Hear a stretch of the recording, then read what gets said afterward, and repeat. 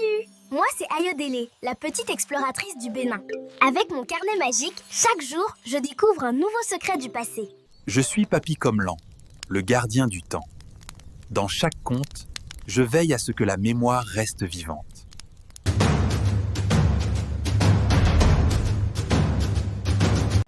Pourquoi on appelle cet endroit place Chacha?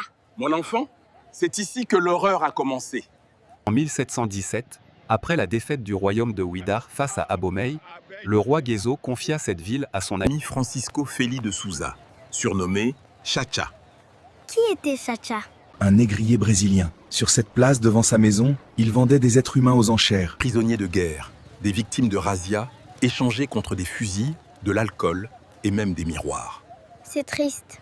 Des gens échangés contre des miroirs? Mon enfant, c'était la première étape d'un voyage de 4 km vers l'enfer. Viens, marchons sur leurs traces. Qu'est-ce que cet endroit a de spécial? Ici se trouvait l'arbre de l'oubli. Les esclaves devaient en faire le tour, 7 fois pour les femmes. 9 fois pour les hommes, Pourquoi faire ça? pour les forcer à oublier leur identité. Oublier leur famille, leur village, leur langue. Les négriers voulaient effacer leur mémoire avant de les déporter. Et ça marchait? Non, mon enfant, la mémoire résiste toujours. Ici, c'est l'arbre du retour. Avant de partir, ils devaient tourner 3 fois autour.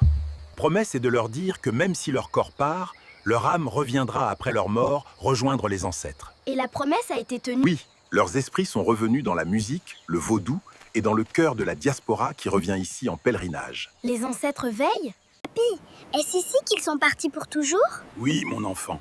Après avoir marché 4 kilomètres, enchaînés, ayant traversé l'arbre de l'oubli, l'arbre du retour, certains sont arrivés ici si désespérés qu'ils ont mangé du sable ou se sont tranchés la gorge avec leurs chaînes. Combien sont partis d'ici, de cette plage-là?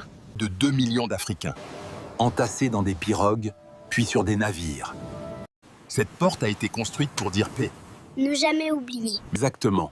Chaque année, des milliers de descendants d'esclaves reviennent se recueillir ici. Pleurent, honorent leurs ancêtres. Je ne l'oublierai jamais, papy. Que la mémoire vive pour toujours. Et Ayodele, ta petite béninoise.